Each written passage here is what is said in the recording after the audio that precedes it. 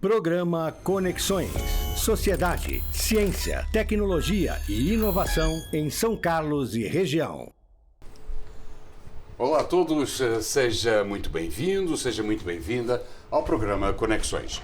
A partir de agora você fica conectado com diversos temas ligados à sociedade, educação, ciência, tecnologia, inovação e ainda na formação de jovens. Hoje iremos falar sobre a utilização e proibição, ou não, de celulares nas salas de aula, um tema que está gerando controvérsia. Nosso convidado de hoje é o professor António Soares Zuim, professor titular do Departamento de Educação e do Programa de Pós-Graduação em Educação na Universidade Federal de São Carlos. Então, fique por aí, pois começaremos esta edição do programa Conexões de hoje já a seguir. Até já!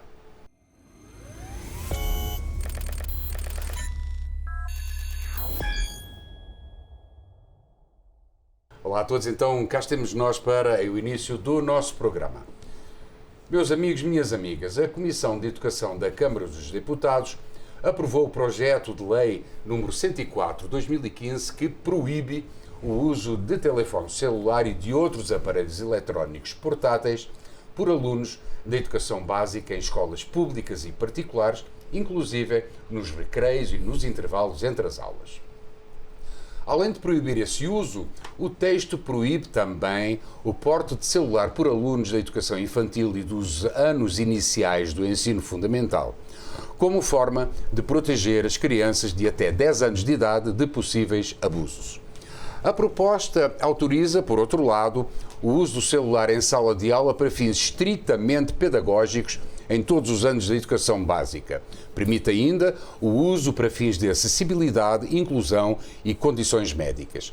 Ainda segundo o projeto aprovado, as redes de ensino e as escolas deverão abordar o tema do sofrimento psíquico e da saúde mental dos alunos da educação básica, apresentando a eles informações sobre riscos, sinais de prevenção do sofrimento, incluindo o decorrente do uso imoderado de celulares e do acesso a conteúdos impróprios.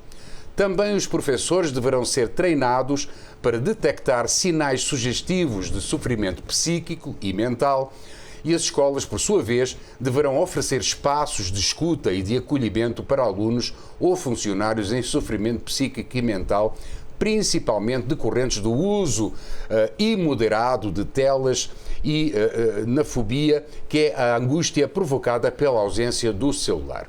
O projeto será analisado brevemente, em caráter conclusivo, pela Comissão de Constituição e Justiça e de Cidadania, e para virar lei, a proibição precisa ser aprovada pelos deputados e pelos senadores. Pelo PL, o celular pode ser usado apenas para atividades pedagógicas, ou seja, orientadas pelos professores nos anos finais do ensino fundamental, do 6º ao 9º ano e no ensino médio. Já nos anos anteriores, na educação infantil e nos anos iniciais do fundamental, do 1º ao 6º ano, o uso fica proibido. O texto, no entanto, permite ainda que o uso do aparelho para fins de acessibilidade, inclusão e condições médicas. Sobre este assunto, recebemos hoje no nosso programa o professor Dr. António Soares Zuim, professor titular do Departamento de Educação e do Programa de Pós-Graduação em Educação da Universidade Federal de São Carlos. Ele completou o seu doutorado em Educação pela Universidade Estadual de Campinas em 1998, com estágio doutoral na Universidade Johann Wolfgang von Goethe, na Alemanha, com bolsa do DAAD, Serviço Alemão de Intercâmbio Académico, e pós-doutorados em Filosofia da Educação pela Universidade de Leipzig, na Alemanha, com bolsas CAPES e FAPESP, e ainda Psicologia da Educação pela Universidade de York, em Inglaterra, com bolsas FAPESP e CAPES, e Sociologia da Educação pela Universidade Johann Wolfgang von Goethe, na Alemanha, com bolsa CAPES-Print. Foi coordenador dos 24 comitês científicos da Associação Nacional de Pós-Graduação e Pesquisa em Educação, a ANPED, durante o período de outubro de 2010 a outubro de 2012. Ele é editor-chefe da revista Educação e Sociedade, SEDES Unicamp, e membro do Conselho Editorial da revista Pädagogisk Correspondence, em Frankfurt am Main, na Alemanha. É assessor da FAPESP desde o ano 2000 e da CAPES desde o ano 2012. No período de janeiro de 2014 a março de 2015, foi professor visitante do Departamento de Educação da Universidade de York, em Inglaterra, por meio dos programas de intercâmbio com grupos de pesquisa do exterior, promovido pela FAPESP, e do programa Estágio Sénior no exterior, promovido pela CAPES. O nosso convidado publicou o livro intitulado Fúria Narcísica entre alunos e professores, as práticas de cyberbullying e os tabus a respeito da profissão de ensinar, pela editora Edufscar, cujo objetivo principal foi investigar como alunos usam celulares para praticar o cyberbullying contra professores, bem como vários artigos em periódicos indexados na Cielo. Tem experiência na área de educação, com ênfase em filosofia da educação, atuando principalmente nos temas do cyberbullying contra professores, inteligência artificial, tecnologias digitais e educação, celulares nas salas de aula, teoria crítica e educação, trotes nas universidades. Como vê, bastante vasto este caminho e esta especialização que o nosso convidado de hoje tem. Professor Zoim, muito obrigado por ter aceito o nosso convite e seja muito bem-vindo, e peço desde já desculpa por não ter mencionado todo o seu extenso currículo. Não. Isto foi só uma pequena abordagem. Muito obrigado então mais uma vez por estar aqui connosco. Eu que agradeço, viu, Rui? Prazer te ver pessoalmente novamente. A gente sempre encontra aqui. Então, muito obrigado pelo convite. Viu? Muito obrigado. Professor, este PL vai ao encontro das expectativas de pais e professores sobre esta matéria. Será que vai mesmo a esse encontro? O tema não é assim complexo demais para serem definidas assim regras tão específicas, regras tão apertadas? Essa é uma questão muito interessante, né? Porque isso envolve, antes de tudo, né, a forma como os pais e mães interagem com os filhos e filhas fora e dentro das escolas, né? Então, assim, por meio dos celulares, né? Principalmente por meio dos celulares. Então, imagine uma situação em que os pais e mães, muitos pais e mães, né, durante o jantar ou o almoço, né, ao invés de conversarem com os filhos, ficam usando os aparelhos celulares e os filhos fazem a mesma coisa, né? Portanto, que tipo de interação a gente tem numa relação dessa, né? Por outro lado, também o celular pode servir para várias coisas fundamentais, né? Os contatos que os pais e mães têm com os filhos e filhas, né? Para resolver problemas emergenciais, por exemplo, né? Isso é muito importante. Agora, quando a gente pensa na relação pai, mãe, filho e filha na ambiência escolar, né?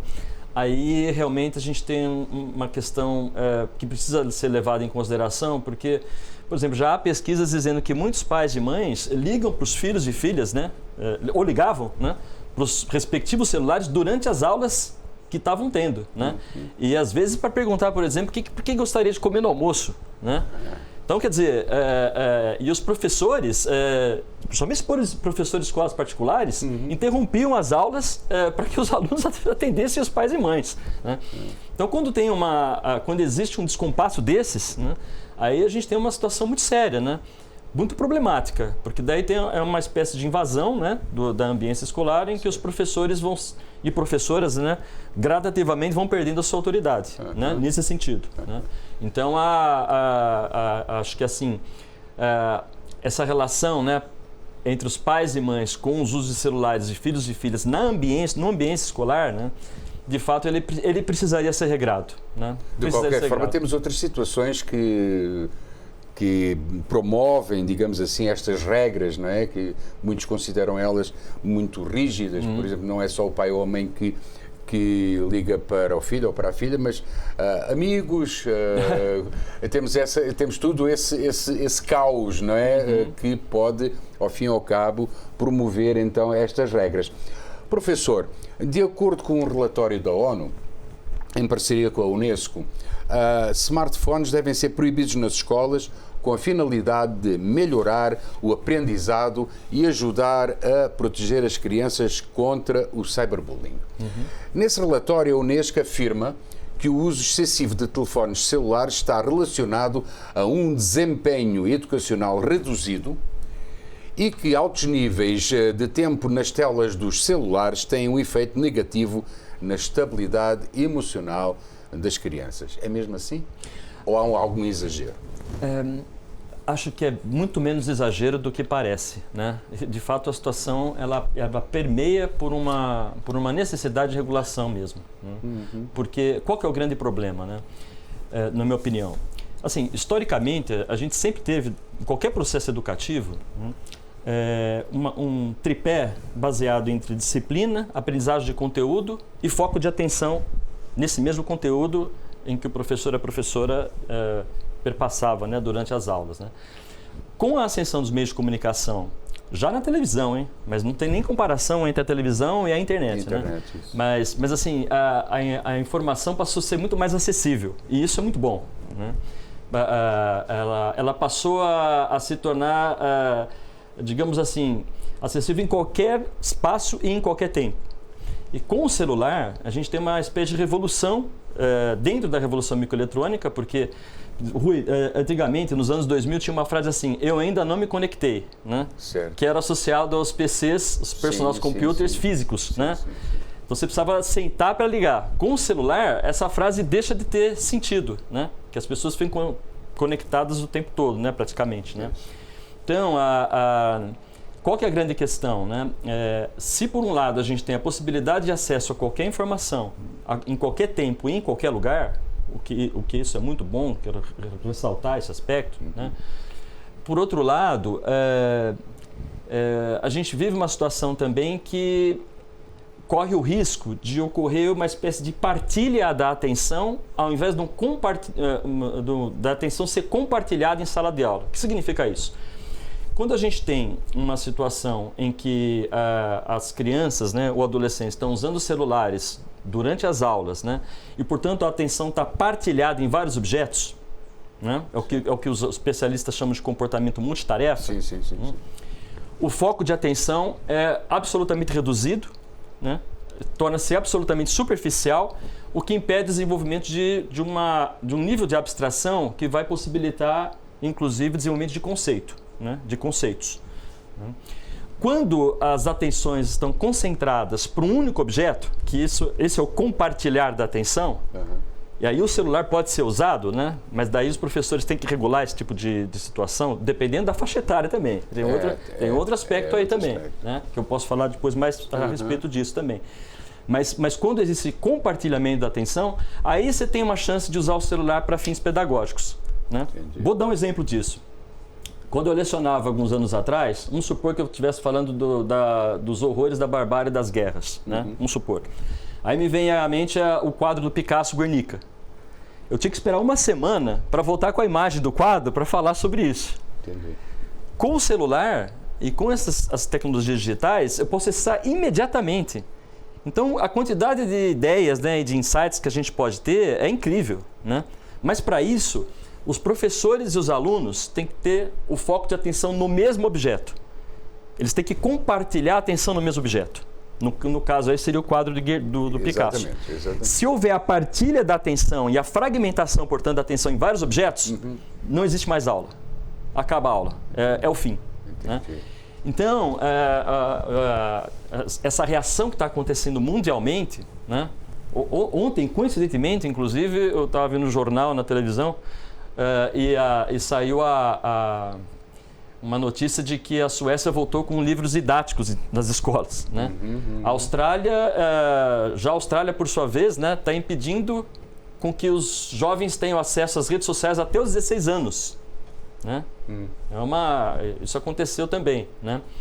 Então, quer dizer, e vai penalizar a Facebook, Instagram, etc., claro, redes sociais, se as redes não tomarem uma atitude de regulação em função disso, né?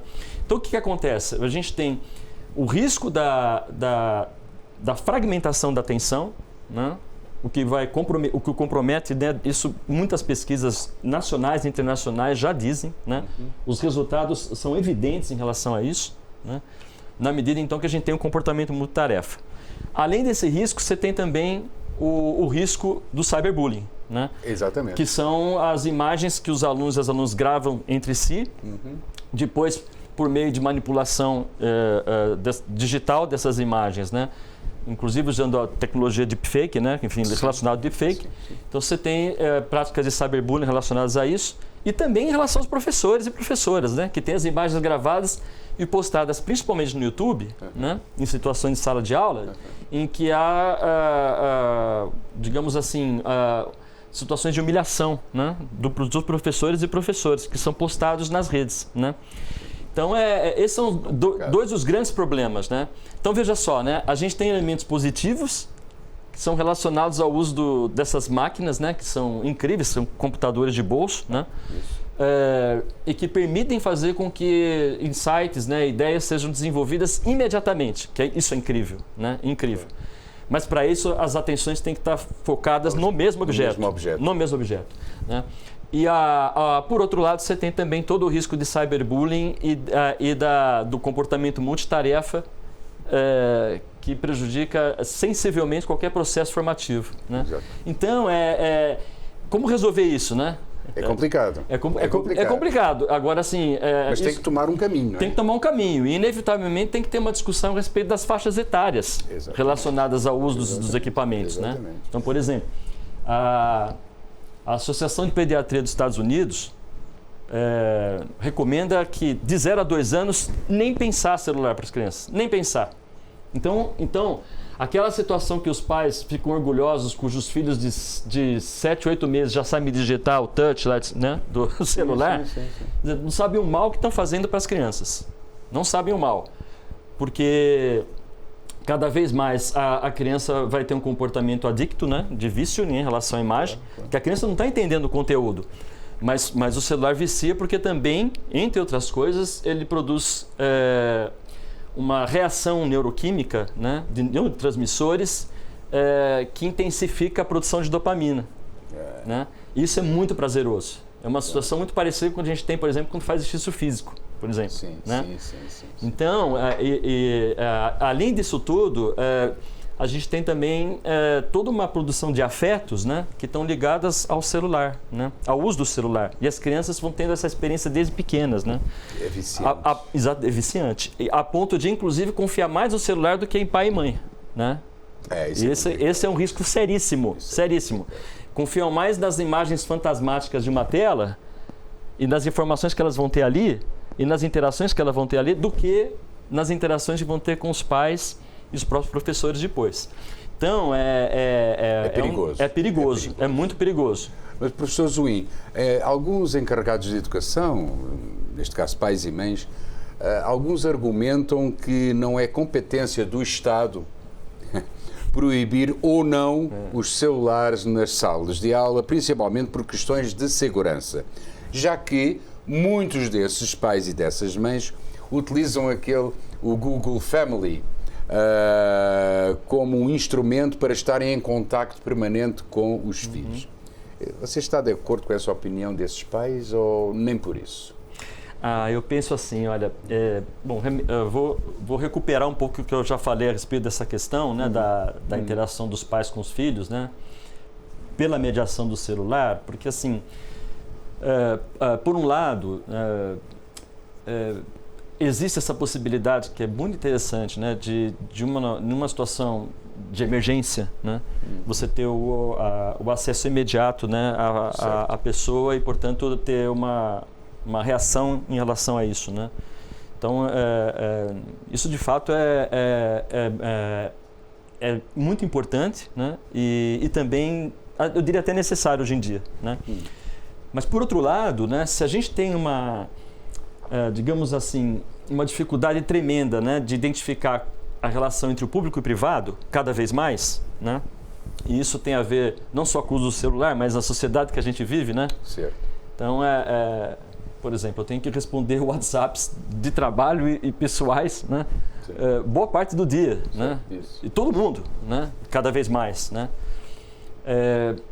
E por outro lado, a gente vai tendo cada vez mais dificuldades também de dimensionar qual que é a relação do público-privado. Isso também acontece com os pais e mães e com os filhos, quando os filhos estão nas escolas, né? Então, por exemplo, Como que a gente pode admitir uma situação em que, por meio do Google Family, um pai e mãe entrem em contato com um filho durante a aula do professor ou da professora, por exemplo, né? Mas, por exemplo, isso é muito complicado. Mas deixa eu aqui colocar uma outra questão.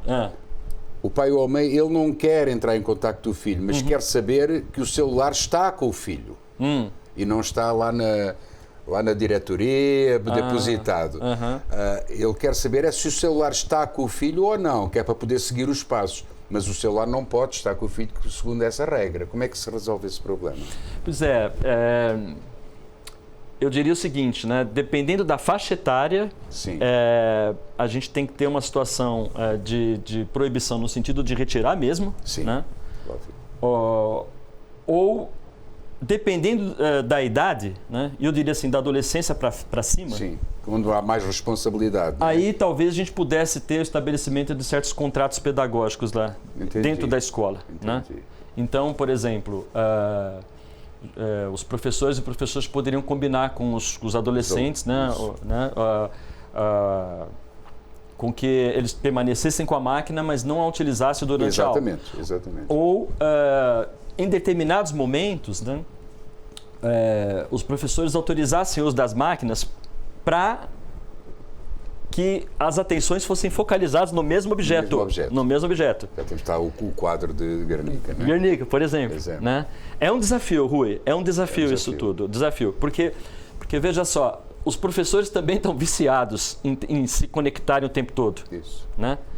Agora, se não houver uma espécie de controle, né, inclusive de acesso à rede social, sim. Ou seja, existe tecnologia para você acessar alguns sites e outros não. Claro. Né? Claro. Então, você pode fazer esse balanceamento. Pode fazer esse balanceamento. Então é possível de utilizar essa máquina para fins pedagógicos. E inclusive os pais terem a informação de que os celulares estão com os filhos. Por exemplo. Né? Agora, tem que ter um processo de conscientização dos pais também, que eles não podem ficar ligando para os filhos, né, a qualquer momento durante as aulas. Claro. Né? Porque senão é um tipo de interrupção que vai indisponibilizar qualquer tipo de processo formativo. Estender a proibição dos alunos utilizarem os seus celulares em momentos fora dos horários escolares também não é considerado um exagero? Porque nesse PL afasta os celulares mesmo no recreio ou mesmo nas pausas. Não acha que é um exagero? Olha, a princípio até a gente poderia pensar, né? Durante o recreio, por exemplo, eles poderiam utilizar, né, as máquinas, né, todas, né?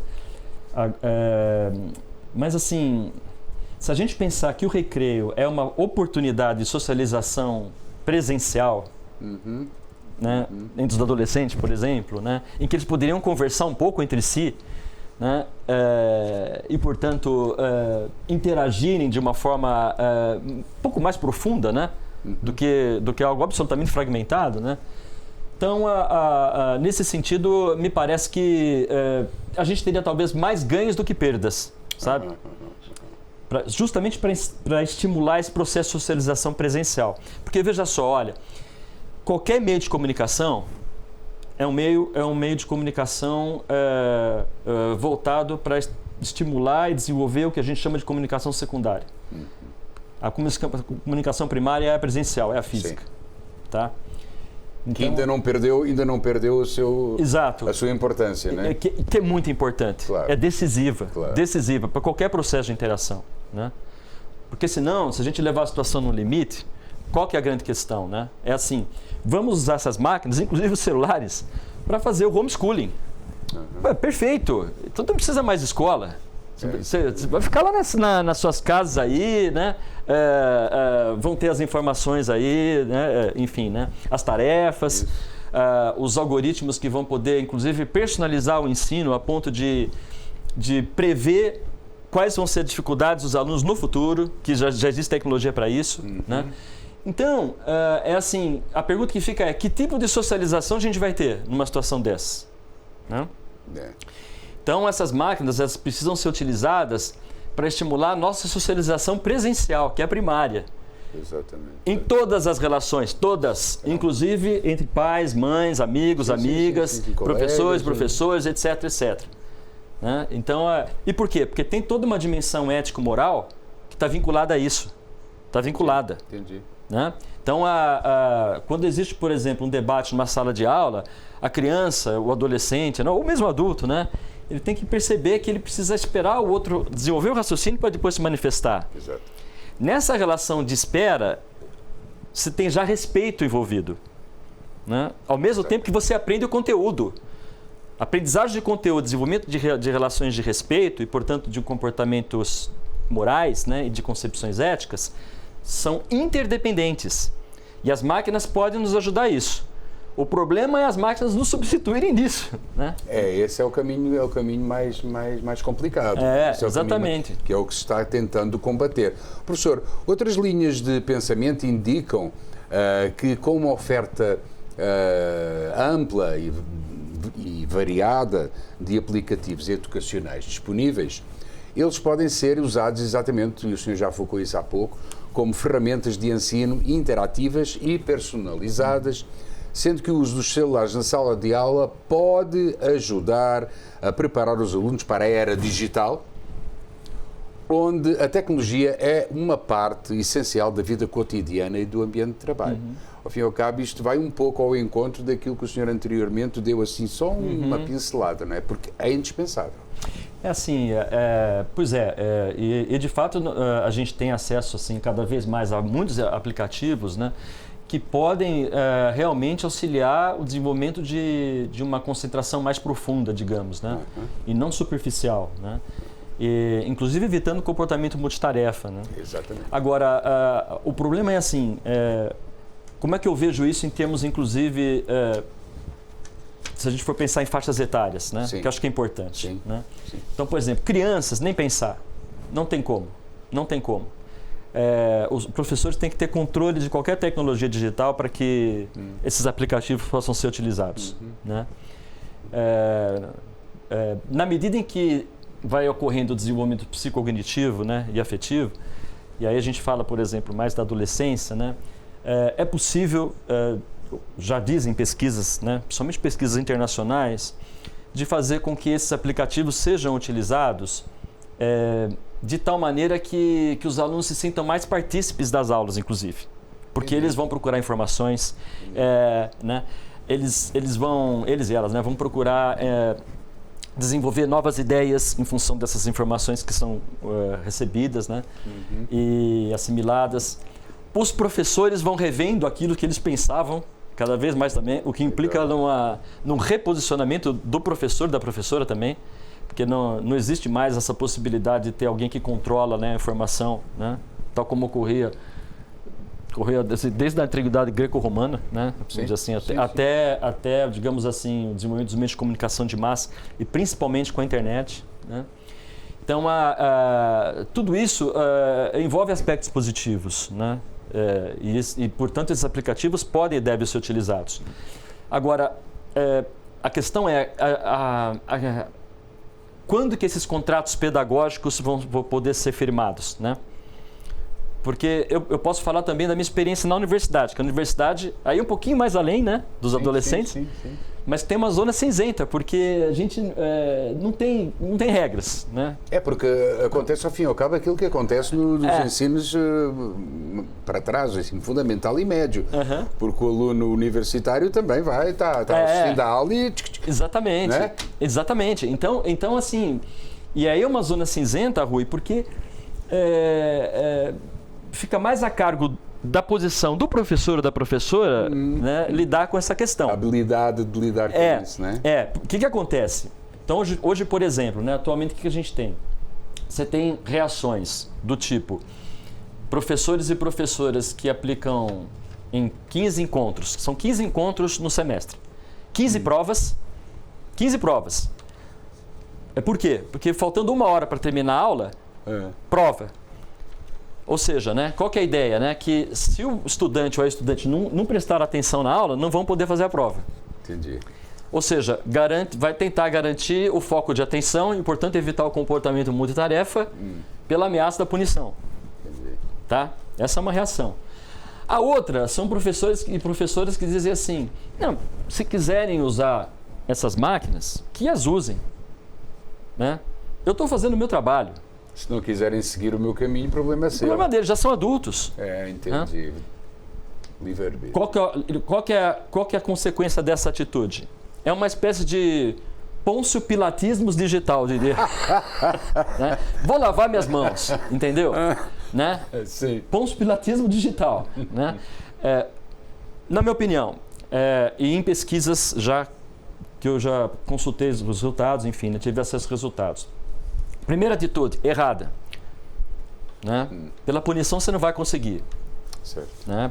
O máximo que você consegue é a pessoa se esforçar para prestar atenção ali, mas a assimilação do conteúdo, né, depois de alguns dias, desaparece. Tal como no clássico exemplo do cursinho. Sim, certo? Exatamente. Da memorização de cursinho, né, de vestibular. Né?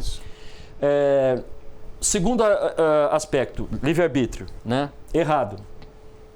Por quê? Porque o professor e a professora não podem desistir da oportunidade de educar e de ser educado por meio da reação dos educandos. Né? Ambos precisam ser reeducados. Né? Então, o que acontece? Né? Me parece, né, com base na minha experiência, enfim, né, e também em pesquisas, que se os contratos pedagógicos são firmados, no seguinte sentido, antes do curso começar, gente, como é que nós vamos usar essas máquinas? Né? Até porque muitos estudantes usam os celulares para seguir os textos das aulas. Isso eu descobri em 2009, faz tempo já. Que eu falei assim, pô, você não está prestando atenção na aula, né? Eu falei para um aluno, né? Eu falei assim, não, professor, eu estou aqui com o texto, aqui, ó, no celular, né? Então, qual seria a ideia, né? De se tentar estabelecer regras que seriam coletivamente consensuadas para o uso dessas máquinas. Né? Com base nos resultados de pesquisa, na minha experiência também, me parece que esse é um caminho interessante, porque daí as pessoas, de fato, se esforçam para focar a atenção no mesmo objeto. É uma opinião generalizada, né? Uma opinião de grupo, não é? Isso. Legal. Se sentem partícipes, né? E aí, portanto, há uma possibilidade de ter um ganho efetivo. Professor, de uma forma geral, o que percebemos é que este tema não é pacífico. Nós vamos voltar com esta pergunta já depois do intervalo. Vamos fazer aqui uma breve pausa, muito breve, para voltarmos já com esta próxima pergunta deste tema que não é pacífico, pelo menos na nossa interpretação. A gente volta já a seguir a um breve intervalo. Fique bem. Até já.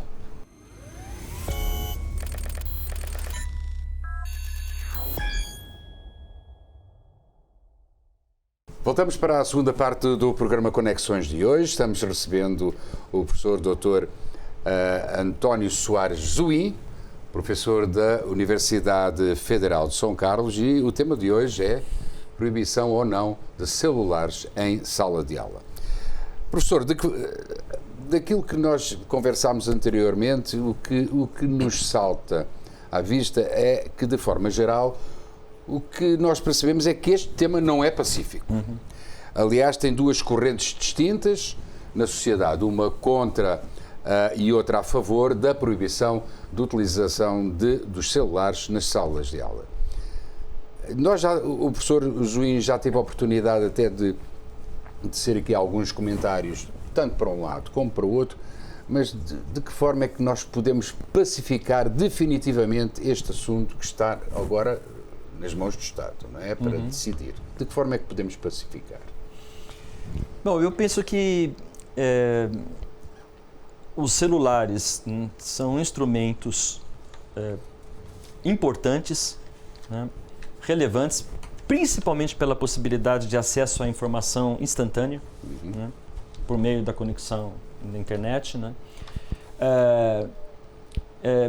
Mas têm que ser identificados como instrumentos. Eles não podem assumir as rédeas do processo de ensino-aprendizagem. Né? Né? Então, nesse sentido, haveria a necessidade, né, de, digamos assim, de existir uma espécie de aproximação dos pais, dos professores, dos gestores nas escolas, né, para que houvesse um processo de conscientização, e dos alunos e alunas, claro também, né? Claro. Um processo de conscientização de como usar essa máquina, né? E o como usar implica da gente pensar as especificidades das faixas etárias respectivas. Exatamente. Né? Isso é fundamental. Né? Isso implica dos pais se conscientizarem de que os filhos não podem ser interrompidos durante as aulas, né? Em função de qualquer tipo de pergunta que aconteça. Né? Se for uma pergunta urgente, eles deveriam entrar em contato com a direção da escola, né, os gestores, para que o aluno ou a aluna fossem informados, né, da necessidade de sair da aula, por exemplo, para resolver algum problema. Né? É complexo, fazer isso também é complexo. Também é complexo, mas interromper a aula para que o professor pare, né, e o aluno atenda o celular, aí é o fim. Né? Então, assim, depende muito da forma como a gente pode usar esse aparelho, né? De acordo com as faixas etárias, porque de fato, né, se a gente pensar na adolescência para cima, Sim. existe a possibilidade de estabelecer regras consensuadas. Né?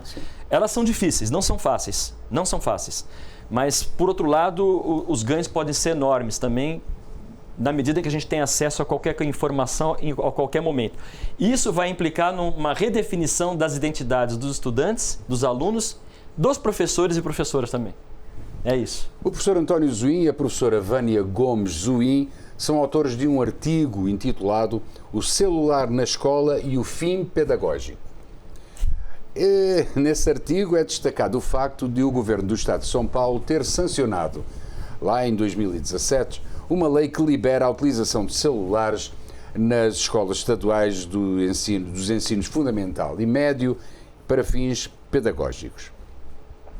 Nesse artigo é enfatizada a questão sobre o facto de que se cada aluno puder acessar as redes sociais durante as aulas, ele será por si só capaz de se concentrar e assim controlar o vício da compulsão à conexão. Isso é verdade? Pois é, né? O título desse artigo, né? Ele é propositalmente ambíguo, né? Né? Porque você pode pensar no fim enquanto finalidade, né? Isso. Uma finalidade pedagógica, como você pode pensar no fim do pedagógico, né? Então, você tem essas duas dimensões, né? Existem as duas dimensões, ou seja, o fato da gente desenvolver uma compulsão à conexão, né? Isso é evidente, né? Para todas as faixas etárias, todas, sem exceção. Eu sou de uma geração para a internet, você também é, Rui, né? Sim. Agora, eu posso dizer para você com toda a segurança, vamos dizer assim, né? Se eu estou me concentrando na leitura de um texto e eu quero ler esse texto com profundidade, se o celular ficar do meu lado, eu não vou conseguir fazer isso. Não vou conseguir. Porque de fato, já existe um comportamento compulsivo de eu me conectar e ver o que está acontecendo. Isso. Em todas as instâncias, todas, sem exceção. Sejam elas profissionais, familiares, né? Enfim, qualquer instância, né? Então eu preciso deixar o celular Entendi. Né? À distância, que eu vou pensar duas vezes se eu vou levantar ou não para pegar o celular. Né? Aí eu consigo me concentrar. Então, a compulsão para conexão, ela está inserida num contexto em que a nossa redefinição enquanto pessoa é dada também pela forma como a gente interage por meio principalmente das redes sociais. Né? Uma pessoa que não se conecta hoje por meio das redes sociais é como se fosse uma espécie de não existência viva, se a gente levar no limite, né, da situação. Né? Então, essa compulsão, ela existe, ela é fato. Né? Agora, novamente, o que a gente pode pensar a respeito da possibilidade do celular ser utilizado para o fim pedagógico, no sentido da finalidade pedagógica, e não do fim do pedagógico. Sim. Então, nesse sentido, é tentar lidar com esse comportamento compulsivo, né, em sala de aula.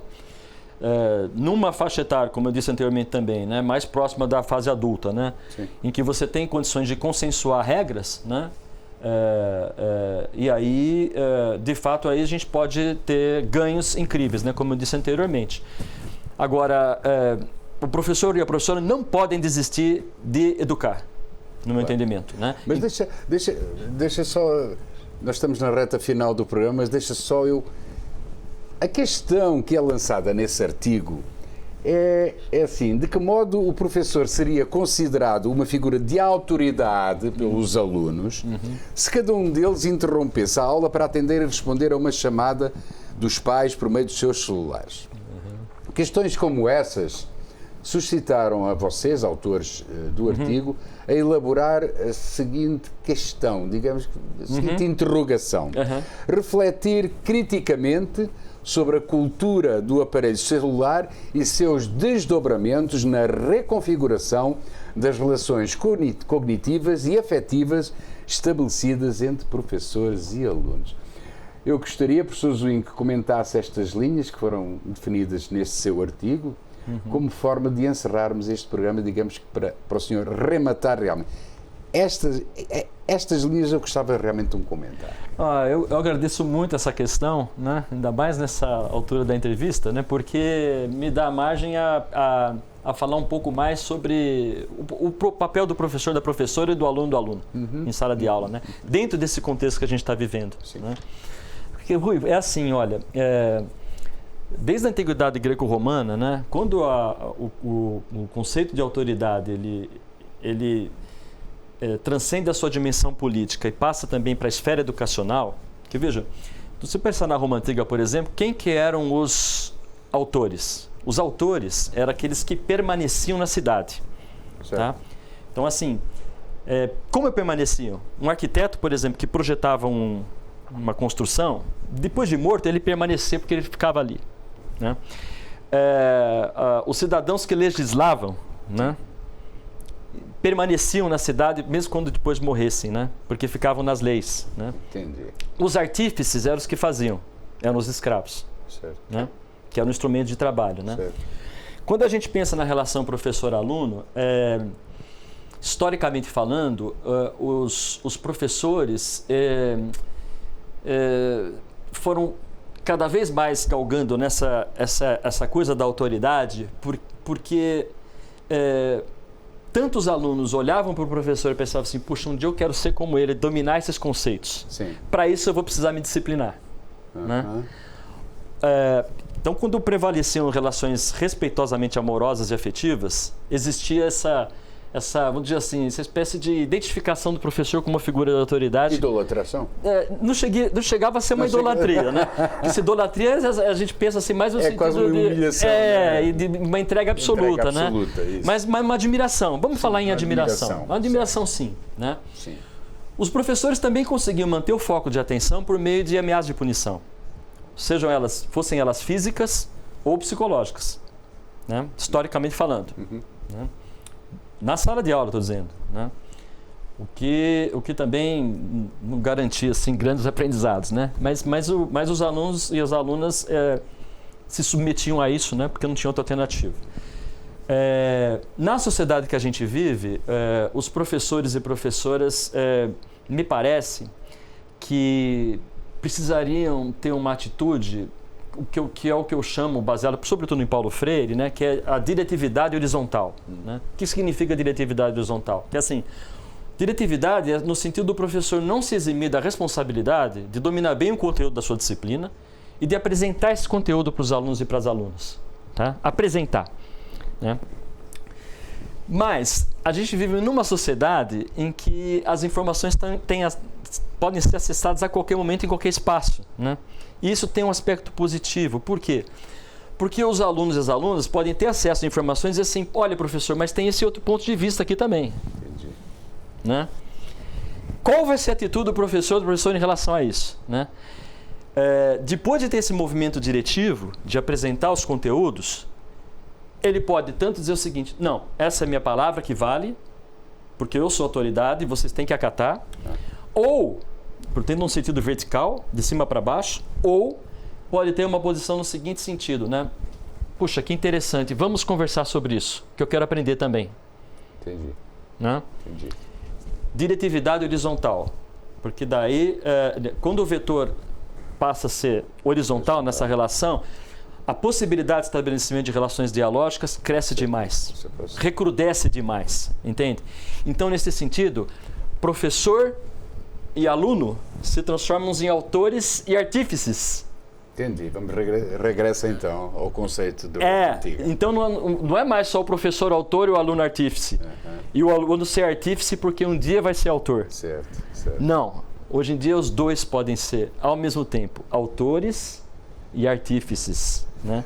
É isso. Essa é a justificativa realmente desse conceito que é bastante interessante no seu artigo. Professor António Zuim, foi um prazer. Muito obrigado por ter acedido ao nosso convite. Rui, eu que agradeço, né? Espero que tenha sido bastante proveitoso essa minha expectativa, né? E fico à disposição para outras conversas também. Né? É sempre bom te reencontrar também. Parabéns pelo trabalho, viu? Obrigado, professor.